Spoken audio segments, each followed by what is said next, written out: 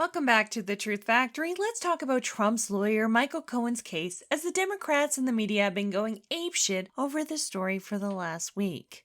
They have some sort of delusional fantasy that Trump will be impeached and sent to Guantanamo Bay, and that seizure grandma Hillary Clinton, for no reason at all, will magically be crowned honorary president of the world. CNN said the word impeachment 222 times in just one night. Impeachment. The I word. I word, it's been thrown around a lot more in the last couple of days. Impeachment. Impeachment. Impeachment. President Trump should be impeached. Impeachment. Impeachment. Impeachment. Impeach. Impeachment. Impeachment. Impeachment. Impeachment. Impeachment. Impeachment. Impeached. Impeachment. Impeachment. Impeachment. Impeachment. It's Impeachment. about impeachment in November. Impeachment. Impeachment. Impeachment. Impeachment. Let's impeach Donald Trump. Impeachment. Impeached. Impeachable offense. Impeached. This is all about think that's impeachment. all It it's always about. has been. Impeach the president right now. Donald Trump should be impeached. And if you repeat things often enough, people will start to believe it. Legacy media and the left are acting as though this is the big gotcha moment for Trump. However, there is no new information about the Cohen case that we didn't already know when Mueller raided and subpoenaed all of Cohen's files in April. That in itself seems to violate attorney-client privilege, which in this case seems to be more like a suggestion than a law. But despite the sensationalized clickbait headlines that are desperately trying to tie Trump to Cohen's crimes, the actual charges that Cohen is facing are evasion of personal income tax from 2012 to 2016, which had nothing to do with Trump, false statements to a financial institution where he took out a large sum of money and told the bank that it was for something else, an unlawful corporate contribution, and making an excessive campaign contribution. Now, besides anything that has to do with Trump, Cohen's tax evasion by itself could put him in a jail cell, which is why he's taking a plea deal. Under campaign contribution laws, if you give or are given things of value that could influence an election, they must be disclosed. But historically, these laws have seemingly been open to interpretation. Maybe you remember back in 2008 when former Senator and presidential candidate John Edwards was indicted for paying $1 million to hide the fact that he had a pregnant mistress. Edwards was of course acquitted when the Federal Election Commission auditors determined that the hush money he received from wealthy donors to cover up the affair did not need to be reported in the campaign's financial disclosure reports. The FEC said this hush money was not illegal. Similarly, back when Obama was running for office, his pastor Jeremiah Wright was causing controversy for him due to his anti-American sermons. Hillary can never know that. Hillary ain't never been called a Hillary is married to Bill, and Bill have been good to us. No, he ain't. Bill did us just like he did Monica Lewinsky.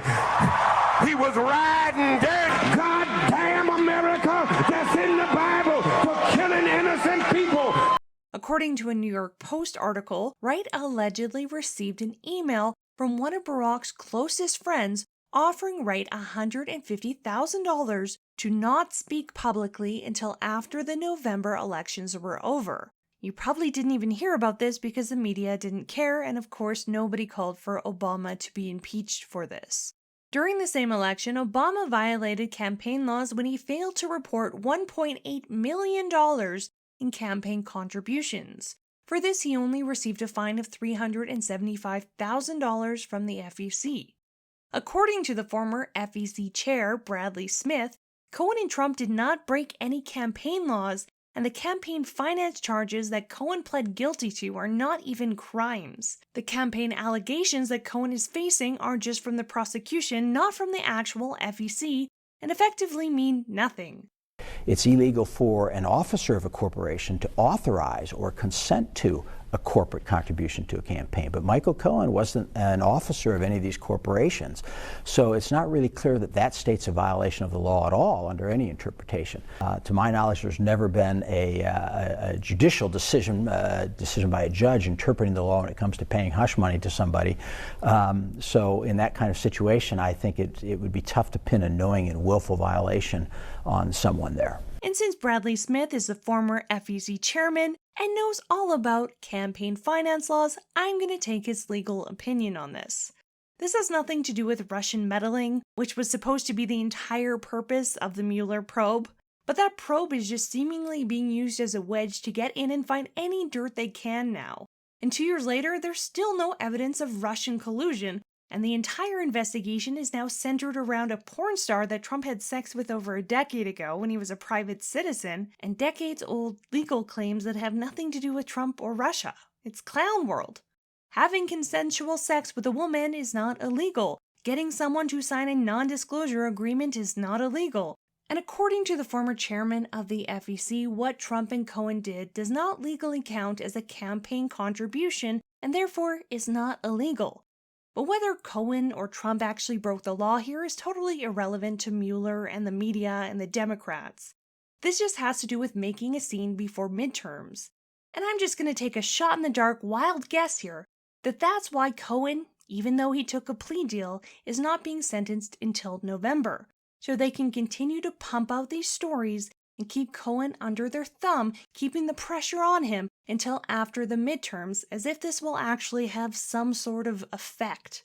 But I'm not sure if they realize that no one besides the Democrats give a shit about this story. No one cared about the Stormy Daniels story when it broke. They didn't care about it for the month after that the media dragged it out as clickbait, and they certainly don't care about it now. I wish I didn't even have to talk about this, but the mainstream media keeps pushing this story as if it's so scandalous, as if a wealthy politician has never had an affair before. Things like this are so common in American politics that there's actually a dedicated fund that Congress uses for sexual harassment settlements paid for by your tax dollars. This is certainly not the first nor the last time someone in American politics will have had an affair or paid someone hush money. Thomas Jefferson, Warren Harding, Teddy Roosevelt, Eisenhower, Kennedy, LBJ, and Bill Clinton all had affairs. Kennedy had affairs with like 10 different women, one who was allegedly a Russian spy. But nobody cared. He's still one of the most beloved American presidents of all time. Seriously, no one who voted for Trump cares about this. They care about the 4 million jobs that have been created, the taxes being lowered, and something being done about illegal immigration.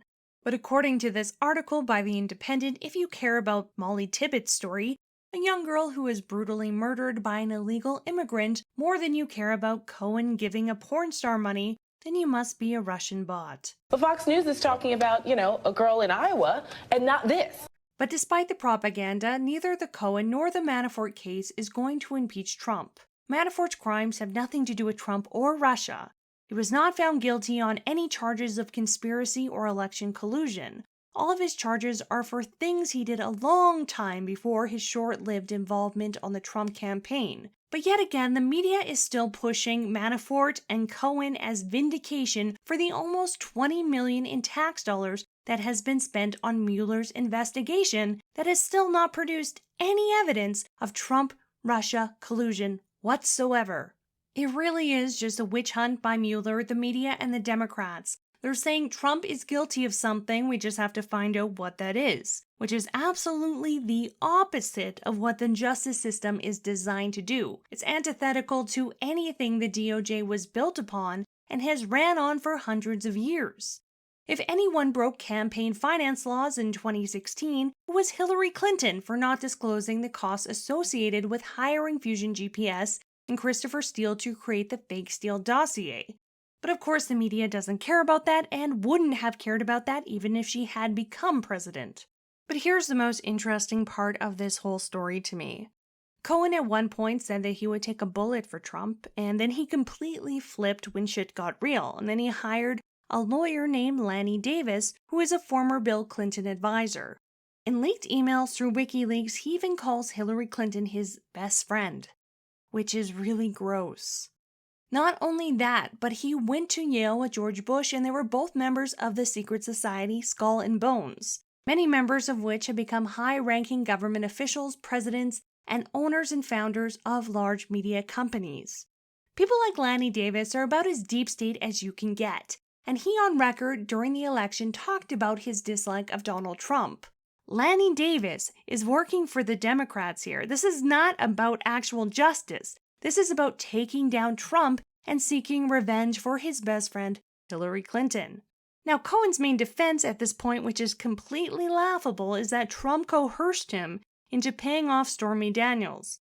But think about that for a minute. If I was a billionaire and I had a lawyer on retainer, probably one of the best and most expensive lawyers that I could get, I would go to him for legal advice.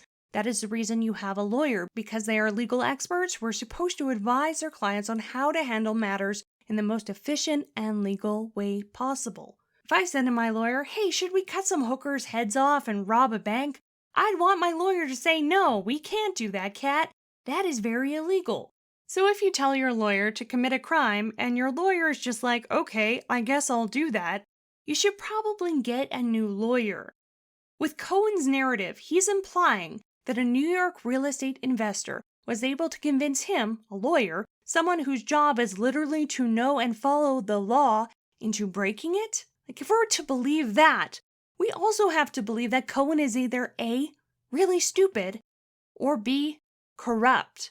And if he's corrupt, why would we believe anything that he's saying now? He's changed his story several times. He's a liar, and his testimony is effectively worth nothing at this point. But of course, Cohen and his deep state lawyer are going with the Trump coercion narrative as an attempt to show intent that Trump wanted to pay these women off for the sole purpose of influencing the 2016 election. It's extremely obvious that this is just a political power play before midterms, and I very much doubt there will be any actual legal ramifications here for Trump. In other news, John McCain has passed away. It may be no surprise to you that I wasn't a big fan of John McCain while he was alive. And according to my Twitter poll, neither were most of you. That being said, I can respect his military service, and my sympathies go out to his grieving family. But it's just strange to see the left-leaning media and the Democrats defending John McCain's honor this week. It's not genuine to pretend you like someone just because they died. And I just don't see how you can defend someone who was an absolute war hawk. He strongly advocated for wars in Libya, Iraq, Syria, China, Russia, the Ukraine, Bosnia and Kosovo, West and Central Africa, and Afghanistan.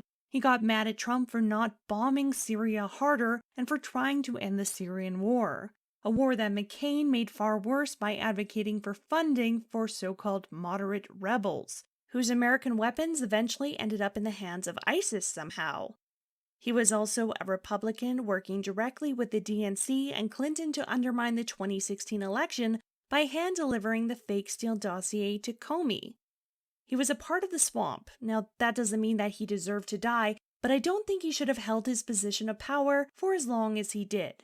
I could honestly make a whole video on Senator John McCain, but I'm kind of afraid that he'll haunt me or I'll get some sort of mummy curse. Well, he's gone, and he can't hurt us anymore. And at the end of the day, we will always have Bootgate. Thank you so much for watching, thank you for supporting me, and I hope this video clarified some things for you. Have a great night. Meow!